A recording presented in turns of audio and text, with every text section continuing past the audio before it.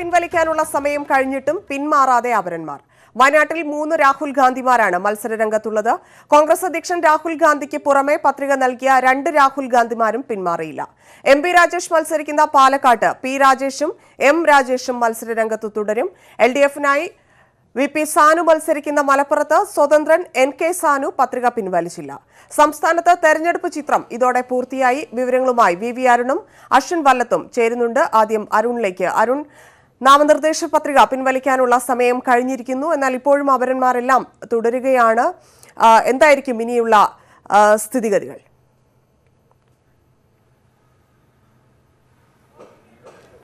ധന്യ, പത്രിക പിൻവലിക്കാനുള്ള സമയപരിധി 3 മണിക്ക് അവസാനിച്ചു. എല്ലാ മണ്ഡലങ്ങളിലെയും അവസാനവട്ട സ്ഥാനാർത്ഥി പട്ടിക അല്പസമയത്തിനകം പുറത്തുവരും. അപരന്മാർ ഇത്തവണയും പ്രധാന സ്ഥാനാർത്ഥികൾക്ക് ഭീഷണിയാകുമെന്ന് ഉറപ്പ് തന്നെയാണ്. നേരത്തെ ധന്യ സൂചിപ്പിച്ച പോലെ രാഹുൽ ഗാന്ധിയുടെ അപരന്മാർ തുടരുന്നു. മറ്റ് പ്രധാനപ്പെട്ട മുന്നണി സ്ഥാനാർത്ഥികൾക്കും അപര ഭീഷണി ഉണ്ടാകും. തിരുവനന്തപുരത്ത് ആകെ 17 സ്ഥാനാർത്ഥികളാണുള്ളത്. നേരത്തെ 19 പേർ പട്ടികയിലുണ്ടായിരുന്നു, 2 പേർ പിൻവലിച്ചു. ആറ്റിങ്ങലിൽ 21 പേരാണ് നാമനിർദ്ദേശ പത്രിക സമർപ്പിക്കാൻ അവസാനവും ഉണ്ടായിരുന്നു. അതിൽ 4 പേർ പിൻവലിച്ചിരിക്കുന്നു. അടൂർ പ്രകാശിന് ഇവിടെ 2 പ്രകാശുമാർ അപരന്മാർ ഉണ്ടായിരുന്നു. അവർ പിൻവലിച്ചു എന്ന കാര്യത്തിൽ വ്യക്തത ഇനിയും വരേണ്ടിയിരിക്കുന്നു. മറ്റു മണ്ഡലങ്ങളിലും സ്ഥാനാർത്ഥികൾക്ക് ഭീഷണിയായി അപരന്മാർ ഉണ്ടാകും. സ്ഥാനാർത്ഥികളുടെ വിജയം നിർണ്ണയിക്കുന്നതിൽ പോലും ഒരുപക്ഷെ അപരന്മാർ നേരത്തെ പല തിരഞ്ഞെടുപ്പുകളിലും പ്രധാന പങ്കുവഹിച്ചതായി കണ്ടിട്ടുണ്ട്. വിജയം തടയുന്നതിലും അതുപോലെ എതിർ സ്ഥാനാർത്ഥികൾക്ക് ഗുണം ചെയ്യുന്ന തരത്തിലും ഈ അപരന്മാരുടെ സാന്നിധ്യം വലിയ പ്രശ്നങ്ങൾ. തെരഞ്ഞെടുപ്പ് ചിത്രം വ്യക്തമായിരിക്കുന്നു. സ്ഥാനാർത്ഥികൾ പത്രിക പിൻവലിക്കാനുള്ള ദിവസം ഇന്ന് അവസാനിച്ചിരിക്കുന്നു. 3 മണിയോടെ അശ്വിൻ വല്ലത്ത് ചേരുന്നുണ്ട്. അശ്വിൻ, വയനാട്ടിൽ 3 രാഹുൽ ഗാന്ധിമാരാണ് ഇപ്പോൾ മത്സരിക്കുന്നത്. കൂടാതെ പാലക്കാട് ജില്ലയിൽ MP രാജേഷിന് മറ്റ് 2 രാജേഷ്മാരുണ്ട്. UP സാനുവിനും മറ്റൊരു പേരിൽ ഇതേ പേരിൽ മറ്റൊരാൾ മത്സരിക്കുന്നുണ്ട്. എന്തായിരിക്കും ഇവിടെയൊക്കെയുള്ള സ്ഥിതികൾ?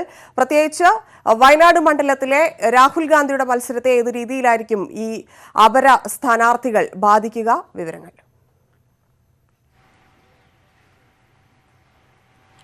ധന്യ, വയനാട് മണ്ഡലത്തിലെ ചിത്രം ഏതാണ്ട് വ്യക്തമായിരിക്കുന്നു. 20 സ്ഥാനാർത്ഥികളാണുള്ളത്. നേരത്തെ 22 നോമിനേഷനുകളായിരുന്നു കിട്ടിയിരുന്നത്. ഇതിൽ 2 പേർ പത്രിക പിൻവലിച്ചിരിക്കുന്നു. അത് LDF-ന്റെയും അതേപോലെ NDA-യുടെയും ഡമ്മി സ്ഥാനാർത്ഥികളായിരുന്നു ഉണ്ടായിരുന്നത്. അവർ പത്രിക പിൻവലിച്ചിരിക്കുന്നു. നേരത്തെ സരിത S നായരുടെ പത്രിക ഇവിടെ തള്ളിയിരുന്നു ചില പ്രശ്നങ്ങൾ കാരണം. ഇവിടെ ഏറ്റവും പ്രധാനപ്പെട്ട കാര്യം രാഹുൽ ഗാന്ധിയുടെ അപരന്മാർ പത്രിക പിൻവലിക്കാൻ തയ്യാറായിട്ടില്ല എന്നുള്ള കാര്യമാണ്. അതിൽ ഒരാൾ രാഹുൽ ഗാന്ധി KE എന്ന പേരുള്ള എരുമേലി സ്വദേശിയായ ആളാണ്. അദ്ദേഹം പത്രിക പിൻവലിക്കാൻ തയ്യാറായിട്ടില്ല. രാഹുൽ ഗാന്ധിക്ക് അപരനുണ്ട്. മറ്റൊരാൾ തമിഴ്നാട് സ്വദേശിയായ രാഹുൽ ഗാന്ധി എന്ന ആളാണ്. അദ്ദേഹവും പത്രിക പിൻവലിക്കാൻ തയ്യാറായിട്ടില്ല. ഇതുകൂടാതെ മറ്റൊരു ആൾ കൂടെ ഗാന്ധി എന്ന സർനെയിം വരുന്ന രൂപത്തിൽ മറ്റൊരു സ്ഥാനാർത്ഥി കൂടെയുണ്ട്. ഇങ്ങനെ രാഹുൽ ഗാന്ധിക്ക് 2 അപരന്മാർ ഉണ്ടായിരിക്കുന്നു. ഇത് ഏതു വിധത്തിൽ തെരഞ്ഞെടുപ്പിനെ ബാധിക്കും എന്നുള്ള കാര്യത്തിൽ വ്യക്തതയില്ല. പക്ഷേ എന്നാൽ പോലും കോൺഗ്രസ് നേതൃത്വം വലിയ ആത്മവിശ്വാസത്തിൽ തന്നെയാണ്. ഏതാണ്ട് രാഹുൽ ഗാന്ധിയുടെ ഭൂരിപക്ഷം 3 ലക്ഷത്തിലും കടക്കും എന്നൊക്കെയുള്ള അവകാശവാദങ്ങൾ തന്നെയാണ് കോൺഗ്രസ് നേതൃത്വത്തിന്റെ ഭാഗത്തു നിന്ന് വരുന്നത്. വലിയ ഭൂരിപക്ഷം രാഹുൽ ഗാന്ധി പത്രിക പിൻവലിക്കാനുള്ള അവസാന ദിവസമായിരുന്നു ഇന്ന്. അപരന്മാരൊന്നും പത്രിക പിൻവലിച്ചില്ല എന്നാണ് അറിയാൻ സാധിക്കുന്നത്. VV അരുണും അശ്വിൻ വല്ലത്തുമാണ് വിവരങ്ങൾ നൽകിയത്. ഇന്ത്യക്ക് കൈമാറരുതെന്ന വിജയ് മല്യയുടെ ആവശ്യം ബ്രിട്ടീഷ് കോടതി തള്ളി. ഇതോടെ മല്യയെ ഇന്ത്യക്ക് വിട്ടുകിട്ടാനുള്ള സാധ്യത കൂടി. വായ്പ തിരിച്ചടയ്ക്കാതെ നാടുവിട്ട് ബ്രിട്ടനിൽ സുഖജീവിതം തുടരുന്ന മദ്യവ്യവസായിയും മുൻ രാജ്യസഭാ അംഗവുമായ വിജയ് മല്യയെ ഇന്ത്യക്ക് വിട്ടു നൽകാൻ ബ്രിട്ടീഷ് കോടതി നേരത്തെ ഉത്തരവിട്ടിരുന്നു. അബ്ദുൾ റഷീദ് ന്യൂസ് ഡെസ്കിൽ നിന്ന് ചേരുന്നു. റഷീദ്, ഇതിപ്പോൾ വ്യക്തമായിരിക്കുന്നു. കാരണം ലണ്ടൻ കോടതി മല്യയുടെ ആവശ്യം തള്ളിയിരിക്കുന്നു. ഇന്ത്യക്ക് വിട്ടുകിട്ടാനുള്ള സാധ്യതകൾ ഏറി വരികയാണ്. ഇനി എന്തായിരിക്കും നിയമപരമായുള്ള നീക്കം? ഏത് രീതിയിലായിരിക്കും? ധന്യ, ഇന്ത്യയിലെ പൊതുമേഖലാ ബാങ്കുകളിൽ നിന്നും 10,000 കോടിയോളം രൂപ തട്ടിയെടുത്ത ശേഷം 2016 മാർച്ചിലാണ് മുൻ രാജ്യസഭാംഗവും മദ്യവ്യവസായിയുമായ വിജയ് മല്യ രാജ്യം വിട്ട് ലണ്ടനിൽ അഭയം തേടിയത്. തുടർന്ന് ലണ്ടനിൽ സുഖജീവിതം നയിക്കുകയായിരുന്ന വിജയ് മല്യയെ വിട്ടുകിട്ടാനുള്ള ശ്രമങ്ങൾ 2017 മുതൽ ഇന്ത്യ തുടർന്നു വരികയാണ്. സാമ്പത്തിക ക്രമക്കേട് കേസിലെ മുഖ്യപ്രതിയായ വിജയ് മല്യയെ ഇന്ത്യക്ക് വിട്ടു നൽകാൻ വെസ്റ്റ് മിനിസ്റ്റർ കോടതി ലണ്ടനിലെ വെസ്റ്റ്മിനിസ്റ്റർ കോടതി കഴിഞ്ഞ ഡിസംബറിൽ ഉത്തരവിട്ടിരുന്നു. 2018 ഡിസംബറിൽ ഉത്തരവിട്ടിരുന്നു. എന്നാൽ ഈ കോടതി ഉത്തരവിനെതിരെ വിജയ് മല്യയ്ക്ക് അപ്പീൽ നൽകാൻ 14 ദിവസവും കോടതി അനുവദിച്ചിരുന്നു. നിശ്ചിത ദിവസത്തിനുള്ളിൽ തന്നെ വിജയ് മല്യ അപ്പീൽ നൽകി. ആ അപ്പീലിൽ ദീർഘമായ വാദം കേട്ട ശേഷം ലണ്ടനിലെ കോടതിയുടെ ഉത്തരവാണ് ഇന്ന് പുറത്തു വന്നിരിക്കുന്നത്. വിജയ് മല്യ ഉന്നയിച്ച തടസ്സവാദങ്ങളൊന്നും നിലനിൽക്കുന്നതല്ലെന്നും അവയിൽ കഴമ്പില്ലെന്നും അതുകൊണ്ട് ഇന്ത്യക്ക് വിട്ടു നൽകാനുള്ള നടപടികൾ തുടരാമെന്നുമാണ് കോടതി ഉത്തരവിട്ടിരിക്കുന്നത്. ഇന്ത്യയിൽ നിയമ നടപടികളിലേക്ക് തന്നെ തള്ളിവിടരുതെന്ന വിജയ് മല്യയുടെ ആവശ്യം കോടതി പൂർണ്ണമായും തള്ളി. ഇത്രയും വലിയ സാമ്പത്തിക കുറ്റവാളികളെ ബ്രിട്ടനിൽ തുടരുന്നത് അനുവദിക്കേണ്ടതില്ലെന്നും കോടതി ചൂണ്ടിക്കാട്ടി. ഇതോടുകൂടി കഴിഞ്ഞ 2 വർഷമായി വിജയ് മല്യയെ വിട്ടുകിട്ടാൻ ഇന്ത്യ നടത്തുന്ന ശ്രമങ്ങൾ വളരെ നിർണായകമായ ഒരു ഘട്ടത്തിൽ എത്തിയിരിക്കുകയാണ്. കോടതി വിധി വന്നു എന്ന് കരുതി മണിക്കൂറുകൾക്കുള്ളിൽ വിട്ടുകിട്ടുമെന്നുള്ള ഒരു നിഗമനത്തിലേക്ക് പോകേണ്ടതില്ല. നിരവധി നടപടിക്രമങ്ങൾ ഇതുമായി ബന്ധപ്പെട്ട് ഇനിയും ബാക്കിയുണ്ട്. എങ്കിലും ലണ്ടനിലെ പരമോന്നത കോടതി മല്യയുടെ അപ്പീൽ തള്ളിയത് ഇന്ത്യക്ക് നിർണായകമായ ഒരു വിജയം തന്നെയാണ്. ഇനി ചില നയതന്ത്ര നീക്കങ്ങൾക്കൊടുവിൽ മല്യയെ ഇന്ത്യയിലേക്ക് എത്തിക്കാനുള്ള ശ്രമങ്ങൾ വിജയം കണ്ടേക്കുമെന്ന് തന്നെയാണ് ഇപ്പോൾ ലഭിക്കുന്ന സൂചനകൾ. ശരി റഷീദ്, ഇന്ത്യക്ക് വിട്ടു നൽകരുതെന്ന വിജയ് മല്യയുടെ ആവശ്യം ലണ്ടൻ കോടതി തള്ളിയിരിക്കുന്നു. ലോക്സഭാ തെരഞ്ഞെടുപ്പിൽ വോട്ടിംഗ് യന്ത്രങ്ങളുടെ സുതാര്യത ഉറപ്പാക്കാൻ കൂടുതൽ വിവിപാറ്റ് രസീതുകൾ എണ്ണണമെന്ന് സുപ്രീം കോടതി. ഒരു ലോക്സഭാ മണ്ഡലത്തിന് കീഴിലുള്ള ഓരോ നിയമസഭാ മണ്ഡലത്തിലും 5 വോട്ടിംഗ് യന്ത്രങ്ങളിലെ വിവിപാറ്റ് എണ്ണണം. നിലവിൽ ഒരു വോട്ടിംഗ് യന്ത്രത്തിലെ വിവിപാറ്റ് എണ്ണിയിരുന്നതായാണ് കോടതി 5ആയി വർദ്ധിപ്പിച്ചത്. ഉത്തരവ് ഫലപ്രഖ്യാപനത്തിൽ ചെറിയ കാലതാമസം ഉണ്ടാക്കിയേക്കും. ഒരു ലോക്സഭാ മണ്ഡലത്തിലെ ഓരോ നിയമസഭാ പരിധിയിലെയും ഒരു വോട്ടിംഗ് യന്ത്രത്തിലെ വിവിപാറ്റ് രസീതുകൾ എണ്ണുന്ന തിരഞ്ഞെടുപ്പ് കമ്മീഷൻ രീതിയാണ് സുപ്രീം കോടതി മാറ്റിയത്. ഒരു നിയമസഭാ മണ്ഡലത്തിൽ ഇനി 5 വോട്ടിംഗ് യന്ത്രങ്ങളിലെ വിവിപാറ്റുകൾ എണ്ണും. 7 നിയമസഭാ മണ്ഡലങ്ങൾ ചേരുന്ന കേരളത്തിലെ ഒരു ലോക്സഭാ മണ്ഡലത്തിൽ 35 യന്ത്രങ്ങളിലെ വിവിപാറ്റുകൾ എണ്ണേണ്ടി വരും. ക്രമരഹിതമായാണ് എണ്ണേണ്ട വോട്ടിംഗ് യന്ത്രങ്ങൾ തിരഞ്ഞെടുക്കേണ്ടത്. 50% വിവിപാറ്റുകൾ എണ്ണണമെന്നാവശ്യപ്പെട്ട് ചന്ദ്രബാബു നായിഡുവിന്റെ നേതൃത്വത്തിൽ 21 പ്രതിപക്ഷ പാർട്ടികൾ നൽകിയ ഹർജിയിലാണ് ചീഫ് ജസ്റ്റിസ് അധ്യക്ഷനായ സുപ്രീം കോടതി ബെഞ്ചിന്റെ ഉത്തരവ്. നിലവിലെ രീതിയെ അവിശ്വസിക്കുന്നില്ലെന്നും എണ്ണം വർദ്ധിപ്പിക്കുന്നത് കൂടുതൽ തൃപ്തികരമാകുമെന്നും കോടതി പറഞ്ഞു. എന്നാൽ 5 യന്ത്രങ്ങളിലെ വിവിപാറ്റുകൾ എണ്ണിയതുകൊണ്ട് സംശയം ദൂരീകരിക്കാനാകില്ലെന്നും ഉത്തരവ് കോടതി പുനഃപരിശോധിക്കണമെന്നും പ്രതിപക്ഷ പാർട്ടികൾ ആവശ്യപ്പെട്ടു. 50% വിവിപാറ്റുകൾ എണ്ണാൻ 6 ദിവസം വരെ സമയമെടുക്കുമെന്നും ഫലപ്രഖ്യാപനം വൈകുമെന്നുമായിരുന്നു ഹർജിയെ എതിർത്ത് തിരഞ്ഞെടുപ്പ് കമ്മീഷൻ നിലപാട്. രാജ്യത്താകെ 4125 വോട്ടിംഗ് യന്ത്രങ്ങളിലെ വിവിപാറ്റുകൾ എണ്ണിയിരുന്നത് കോടതി വിധിയിലൂടെ 20,625 ഉയരും. ഒരേ സമയം 5 മേശകളിലായി 5 വോട്ടിംഗ് യന്ത്രങ്ങളിലെ വിവിപാറ്റുകൾ എണ്ണിയാൽ വലിയ കാലതാമസമില്ലാതെ ഫലപ്രഖ്യാപനം നടത്താനാകുമെന്നാണ് തിരഞ്ഞെടുപ്പ് കമ്മീഷന്റെ കണക്കുകൂട്ടൽ. ഡൽഹിയിൽ നിന്ന് എം ഉണ്ണികൃഷ്ണൻ, ന്യൂസ് 18. വിവിപാറ്റുമായി ബന്ധപ്പെട്ട സുപ്രീം കോടതി വിധിയിൽ തൃപ്തിയില്ലെന്ന് കോൺഗ്രസ്. സംശയമില്ലാത്ത രീതിയിൽ വോട്ടിംഗ് യന്ത്രങ്ങളുടെ വിശ്വാസ്യത ഉറപ്പിക്കണം. 5 വോട്ടിംഗ് യന്ത്രങ്ങളിലെ വിവിപാറ്റ് എണ്ണിയതുകൊണ്ട് കാര്യമില്ല. വിധി സുപ്രീം കോടതി പുനഃപരിശോധിക്കണമെന്നും കോൺഗ്രസ് വക്താവ് രൺദീപ് സുർജേവാല ആവശ്യപ്പെട്ടു. ശബരിമലയിൽ വിശ്വാസം സംരക്ഷിക്കുമെന്നും അയോധ്യയിൽ രാമക്ഷേത്രം നിർമ്മിക്കുമെന്നും പ്രഖ്യാപിച്ച് BJPയുടെ പ്രകടന പത്രിക. ഭീകരവാദത്തോട് സന്ധിയില്ലെന്നും കർഷകർക്ക് പലിശരഹിത വായ്പ ലഭ്യമാക്കുമെന്നും വാഗ്ദാനമുണ്ട്. ഏകീകൃത സിവിൽ കോഡ് നടപ്പാക്കുമെന്നും പ്രകടന പത്രികയിൽ പറയുന്നു.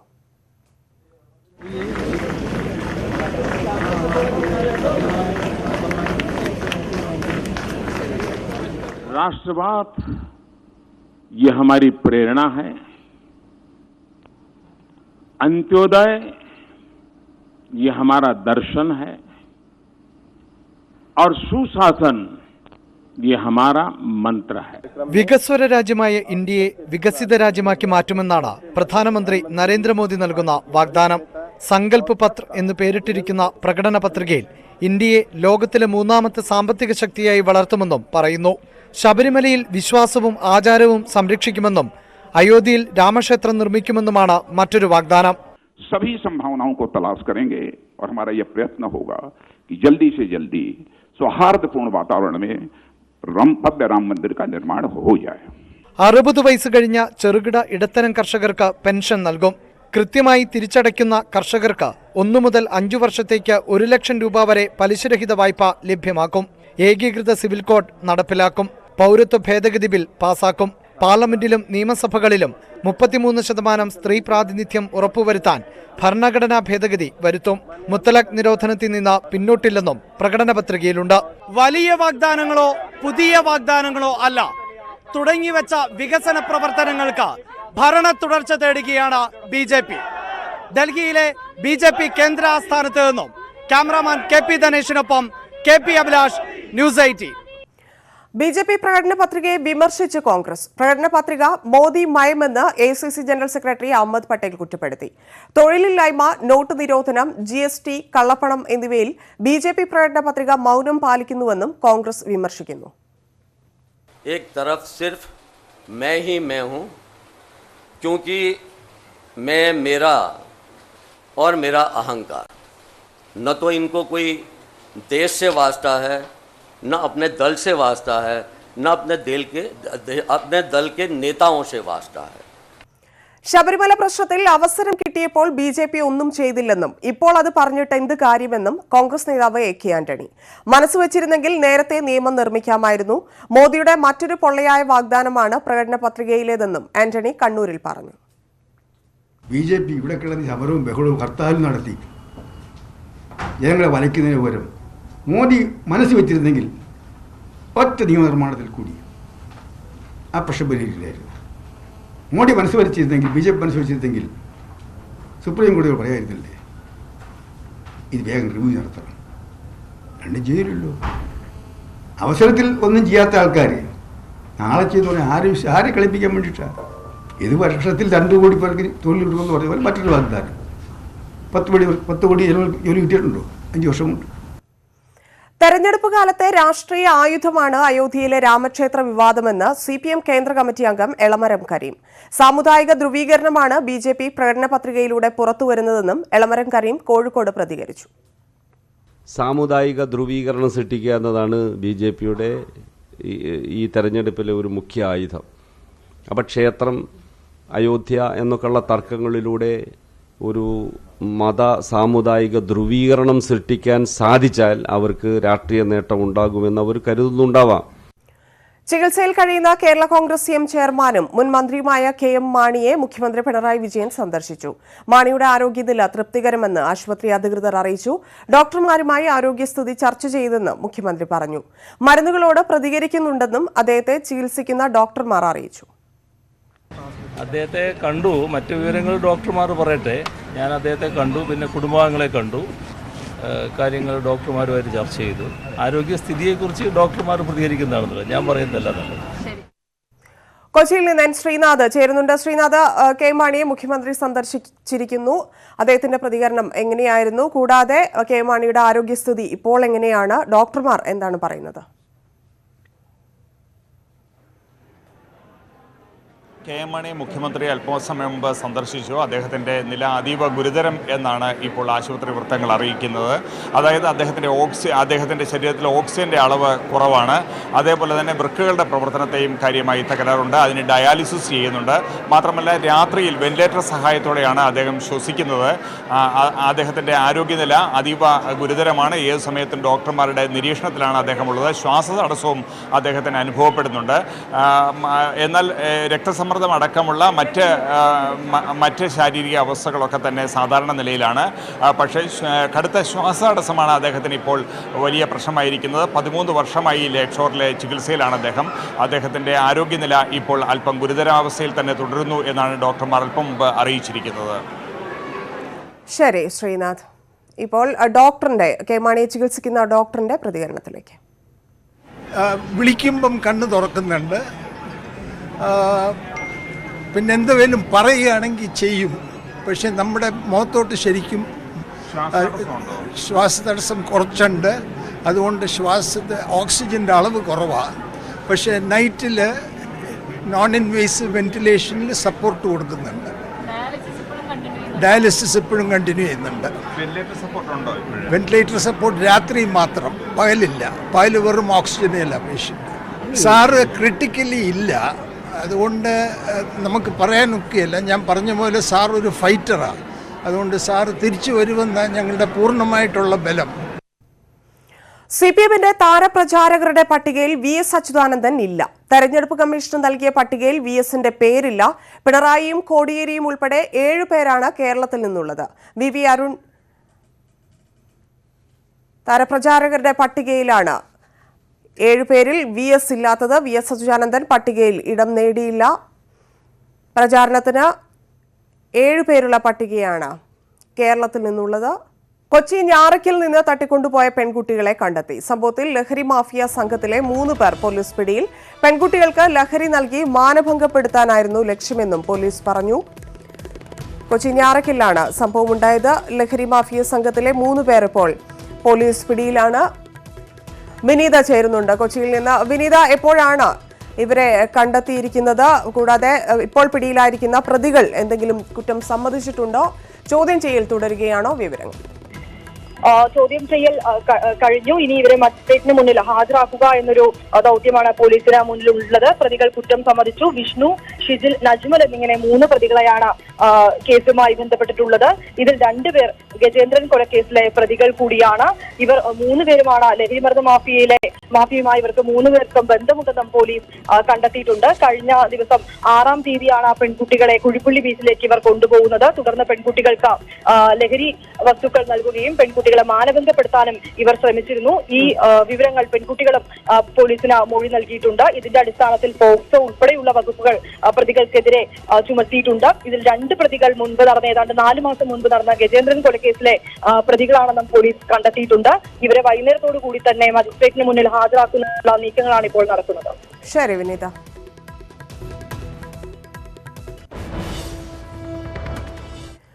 മലപ്പുറം കൽപ്പകഞ്ചേരിയിൽ പ്രായപൂർത്തിയാകാത്ത 5 ആൺകുട്ടികളെ പ്രകൃതി വിരുദ്ധ പീഡനത്തിനിരയാക്കിയ 6 പേർ അറസ്റ്റിൽ.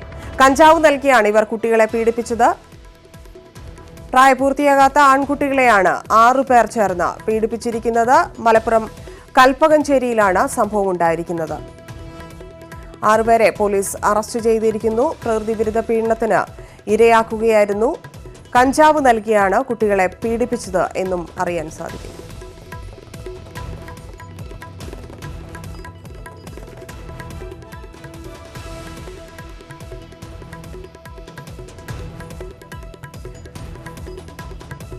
മലപ്പുറത്ത് കൽപ്പകഞ്ചേരിയിലാണ് സംഭവമുണ്ടായത്. 5 ആൺകുട്ടികളെയാണ് പ്രകൃതി വിരുദ്ധ പീഡനത്തിന് ഇരയാക്കിയിരിക്കുന്നത്. കഞ്ചാവ് നൽകി കുട്ടികളെ പീഡിപ്പിച്ചു എന്നാണ് അറിഞ്ഞിരിക്കുന്നത്. CB അനുമോദ് ചേരുന്നു. അനുമോദ്, ഈ അറസ്റ്റിലായിരിക്കുന്നവരുടെ മൊഴി രേഖപ്പെടുത്തിയിട്ടുണ്ടോ? എന്തായിരുന്നു സംഭവിച്ചത്?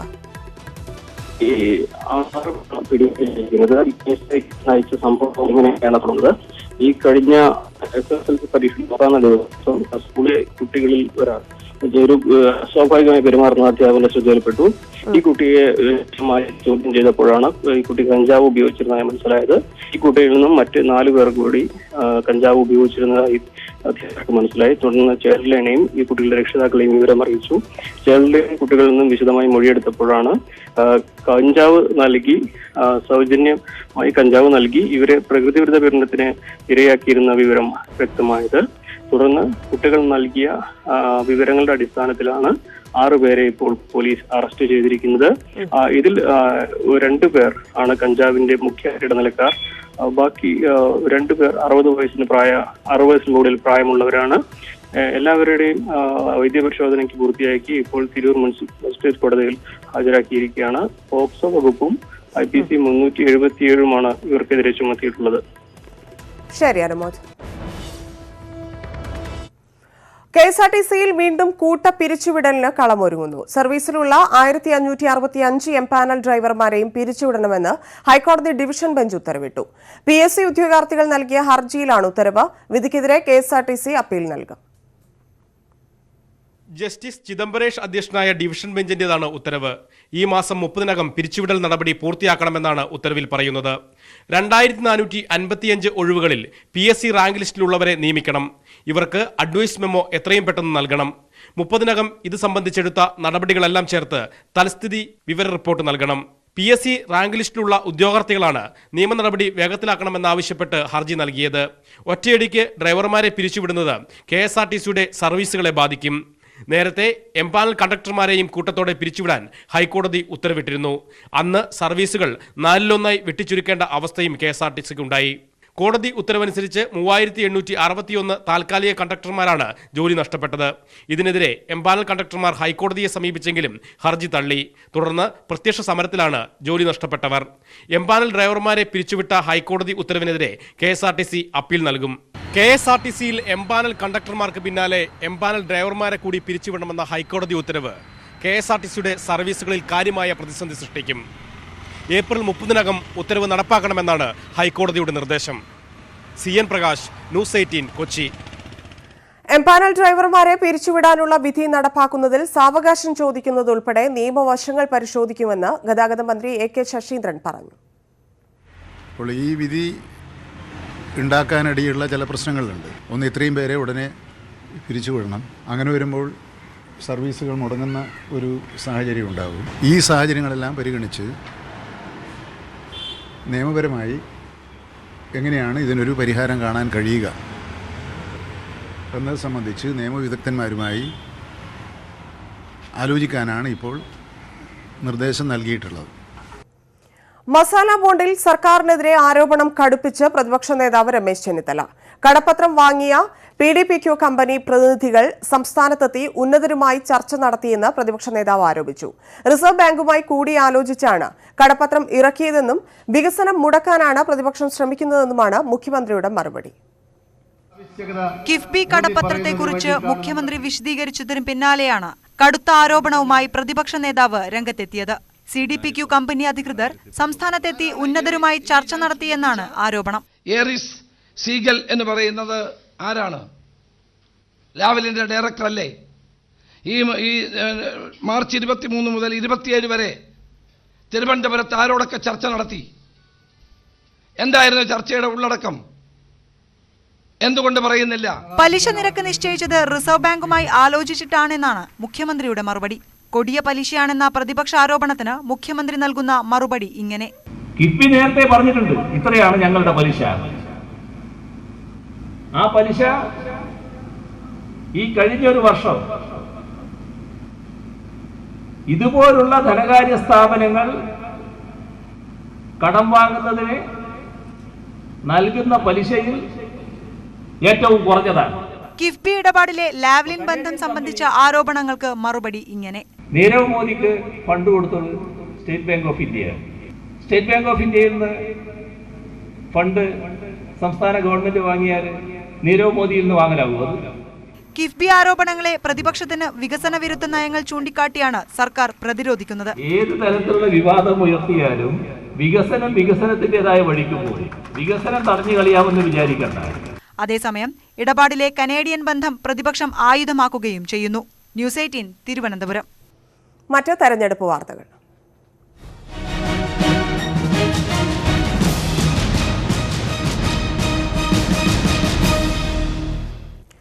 രാഹുൽ ഗാന്ധിയുടെ സ്ഥാനാർത്ഥിത്വം കൊണ്ട് നേടിയ ദേശീയ ശ്രദ്ധ വയനാട്ടിൽ പ്രചാരണം കനത്തു. ജയിച്ചാലും രാഹുൽ വയനാടിനെ കൈവിടുമെന്നാണ് LDFന്റെയും NDAയുടെയും ആരോപണം.